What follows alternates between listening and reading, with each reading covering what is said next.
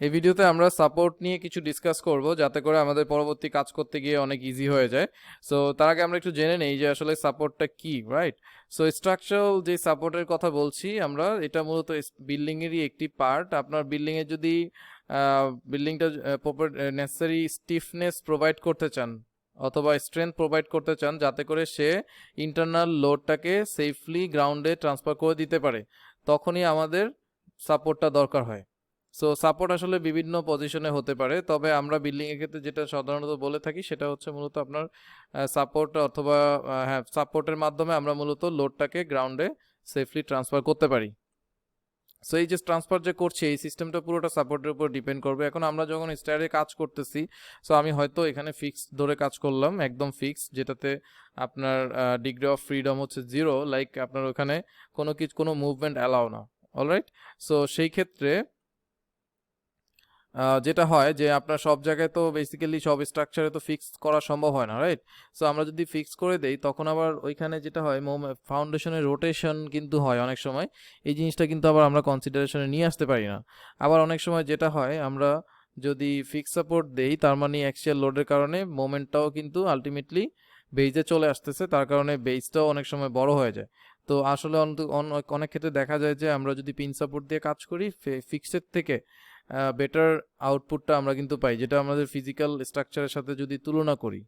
So একটু যদি দেখি আমরা সাপোর্টগুলো সম্পর্কে, নর্মালি যেটা হয় যে মনোলিথিক্যালি রেইনফোর্স কংক্রিট যে বিল্ডিংগুলো, সেক্ষেত্রে আমরা অবশ্যই এটা ফিক্সড করে থাকি, তবে কিছু কিছু স্টাডিও শো করে যে অনেক ক্ষেত্রে পিন কানেকশন ইউজ করা কনভিনিয়েন্ট।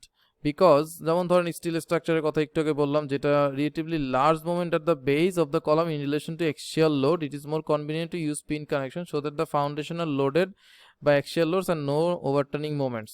অলরাইট, তো এরকম কিছু কারণ থাকবে যার কারণে আমরা অনেক সময় পিন সাপোর্ট ইউজ করতে পারি। বাই দ্য ওয়ে, এখানে কিছু সাপোর্টের অ্যাকচুয়ালি স্কেমেটিক সিম্পল ফিগার এবং হচ্ছে যে রিয়াকশনও প্রোভাইড করা আছে, আমরা একটু ডিসকাস করে নিই। প্রথম যেই সাপোর্টটা দেখতে পাচ্ছি এটা হচ্ছে রোলার অথবা স্মল মুভেবল সাপোর্ট। সো এটাতে যেটা হয়েছে যে কোন দিকে মুভমেন্ট অ্যালাউড, রাইট? কোন দিকে সে মুভ করতে পারবে, লাইক এটা হচ্ছে হরিজন্টালি মুভ করতে পারবে, তারপরে ঘুরে যেতে পারবে, কিন্তু ভার্টিক্যালি কোনো মুভমেন্ট এটা কিন্তু হবে না, রাইট? তারপর হচ্ছে এটা যদি আমি রিয়াকশন দেখি তাহলে এইভাবে একটা রিয়াকশন দেখতে হবে, যেহেতু সে ভার্টিক্যালি মুভমেন্ট হবে না, সো এখানে রিয়াকশন একটাই থাকবে আর বাকিতে কোনো রিয়াকশন থাকবে না। তার মানে এখানে আমাদের দেখতে পাচ্ছি আননোন অথবা রিয়াকশন হচ্ছে কয়টা, একটা, যার কারণে আমরা এখানে 1 লিখলাম। অ্যান্ড দেন পিন অথবা হিঞ্জ যে সাপোর্টগুলো, যেটা অনেক সময় বিভিন্ন জায়গায় আমরা দিয়ে কাজ করি, তো সেই ক্ষেত্রে পিন সাপোর্ট যদি হয় সে কিন্তু আলটিমেটলি ভার্টিক্যালি মুভমেন্ট অ্যালাও না এবং হরিজন্টালিও অ্যালাও না, এটাতে শুধুমাত্র রোটেশনটা অ্যালাও।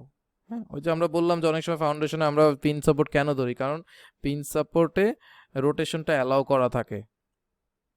ওকে, এরপর আসছে যে মিডল হিঞ্জ নামে একটা কথা আছে, সেটাও আপনার হিঞ্জের মতোই কাজ করবে, লাইক পিনের মতো।